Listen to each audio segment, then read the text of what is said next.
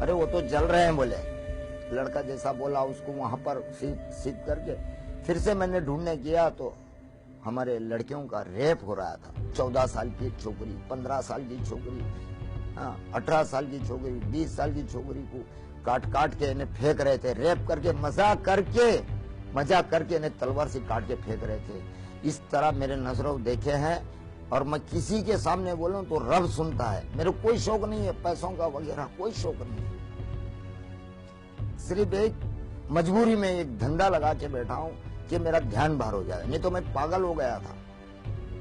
वहां से इतनी परेशानी में फिर हमने कैसे भी मुसीबत में हमने बचाए, कितने को बचा दिया। एक औरत का रेप वहां पर ऐसा होगा, उसकी डिलीवरी शाम तक होने वाली थी, 7 बजे तक का डिलीवरी होगी, 7 बजे उसका रेप हो रहा है। 7 बजे डिलीवरी हो रही है, 7 बजे उसका रेप हो रहा है। जब उसका पेट चीरकर बच्चा जिंदा निकालकर तलवार से 2 टुकड़े कर रहे हैं हम लोग, और जिंदा बच्चा निकला।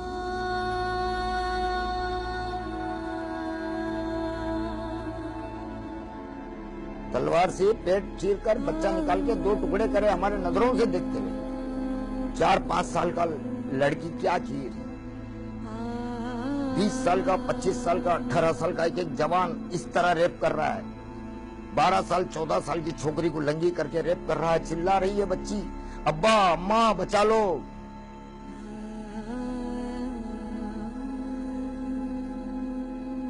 जिसको देख रहे हैं मजिद भाई, चाचा बचा लो, हम क्या बचा सके।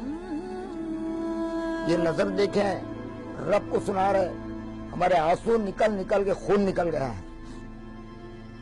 मेरे बीवी बच्चे, 3 लड़के 3 लड़कियां और मेरी बीवी ये मर गए हैं। हमारा लड़का पूरा 20% जला हुआ है, याशीन। और इस हालत में हम बहुत गम आता है। रोटी खाई नहीं जाती, हमको खाना नहीं खाया जाता, चैन से नींद नहीं होती। आंख मूसता हूं तो याद आता, मैं किसको बोलूं, बोलने से तो आने वाले नहीं है।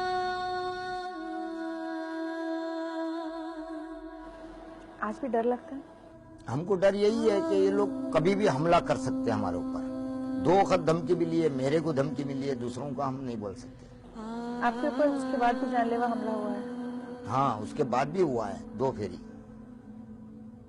एक रास्ते में हुआ है, 2 फेरी मेरे घर पे हुआ है।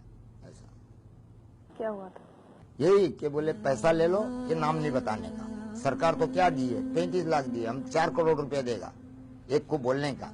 नाम नहीं बोलने का? नाम नहीं बोलने का कोर्ट में। हमने तो नाम बता दिया, हमको रुपया प्यारा नहीं है, हमारी बीवी बच्चे प्यारे हैं, हम झूठ क्यों बोले। क्या किया अपने आप को संभालने के लिए कि रोज याद ना आए? सब्र कर रहे हैं। आपको लगता है सब्र का फल मिलेगा? मिलेगा। हम तो जज साहब को बोला है कि जज साहब इसका अंत यही आएगा, जिसने करा है उसको सजा मिलना चाहिए, कि आइंदा से नहीं कर सके। और गुजरात के अंदर क्या कहीं भी कोई भी गांव में भेदभाव नहीं होना चाहिए। आपको कुछ उन लोगों ने भी धोखा दिया जो हिंदू थे, जिन पर आप भरोसा करते थे? हाँ, भरोसा करते थे, उन्होंने धोखा दिया। हमारे बाजू में पड़ोस में रहते थे, एक साथ में मिलने में रहते थे। कभी सोचा नहीं होगा आपने वो ऐसा करेंगे? आपको कुछ नहीं, जिंदा जलाया उन्होंने हमारी बीवी बच्चों को जिंदा। हमने बोला भी, गुड्डू तू ये क्या करता है। मुझे यकीन है मजीद भाई, इन 10 साल में आपने कई बार ये सोचा होगा कि इससे तो अच्छा होता मुझे मर जाते तो अच्छा था। सोचते हैं कभी कभी, मर जाते तो अच्छा था, ये देख नहीं सकते थे, बोल नहीं सकते थे, अच्छा रहता था।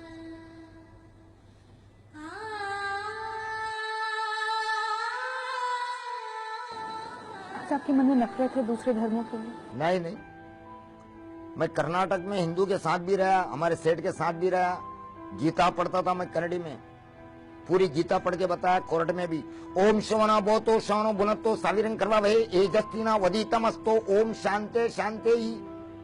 मैडम ये बात है, हमको क्या है, हक मिलना चाहिए गुजरात के अंदर, कहीं भी भारत के अंदर। बस मेरा कसूर ये कि मैं मेरी बीवी बच्चों पे और मेरे मोहल्ले वालों की जान की रिक्वेस्ट कराई, ये मेरा कसूर। तो मैं कोई फोटो खिंचाया नहीं हूँ, तो मेरा को इलम भी नहीं इस बात का कि ऐसा कुछ हो रहा है। हमारे पे तो क्या बीत रही थी हम ही जान रहे हैं।